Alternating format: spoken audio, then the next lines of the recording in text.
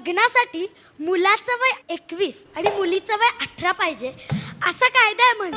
पण आजकाल बालविवाहाच्या इतक्या मालिका येतात की त्या पाहून पाहून गणा पण त्याच्या आईकडे गेला आणि म्हणाला, आई माझं लग्न.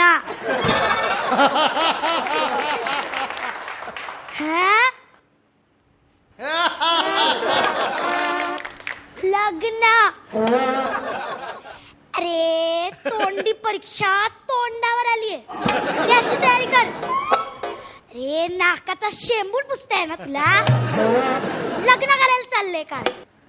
आता आमचा गण्या, त्याला आत्ता शाळेत त्याला उशीर होतो, मग लग्नानंतर काय होईल?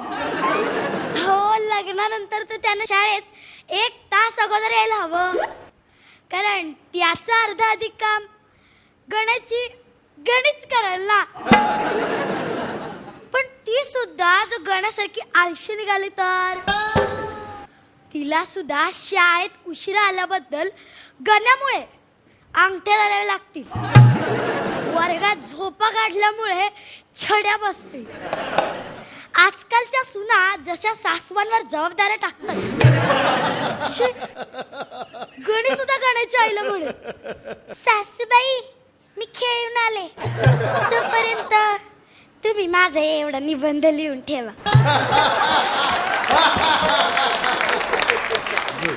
आमच्या आवडत्या सासूबाई. आणि गण्याला की त्याला म्हणावं, त्याला वाड्याच्या मागे बोलावलंय, तिथे आम्ही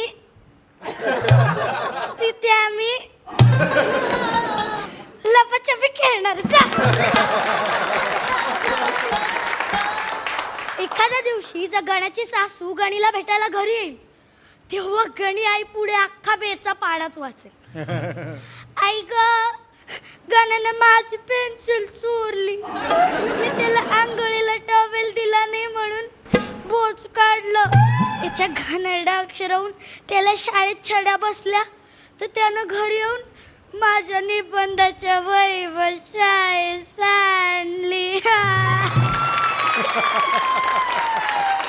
अगं आई, रात्री नीट झोपत नाही, सारखं चिमटा घेतो.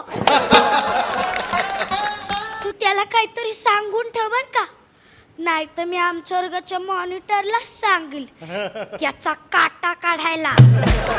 अगं वट सावित्री पौर्णिमेच्या दिवशी त्यानं आत्याच्या ताटातले आंबेच पळवले. खूपच हावरट आमचे हे. मग गणीची आई तिला समजावण्याच्या स्वरात म्हणेल, बाई बाई असं बोलायचं नाही, आता तो तुझा नवरा आहे ना, मग घ्यायचं समजून बाई, असंच असतो संसार.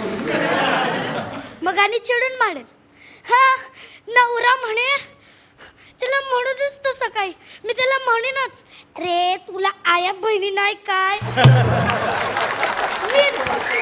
मीच सापडले का. अगं आई, तो तर अजून काही काम सुद्धा करत नाही, अभ्यास पण पूर्ण नसतो त्याचा, रोज पनिशमेंट होते त्याला. तू कसं घरचं काम करतेस, बाबा कसे ऑफिसला जाता, तुम्ही दोघे खरोखरचे नवरा बायको वाटता. नाहीतर आमचे हे कंटाळे बाई या संसारात.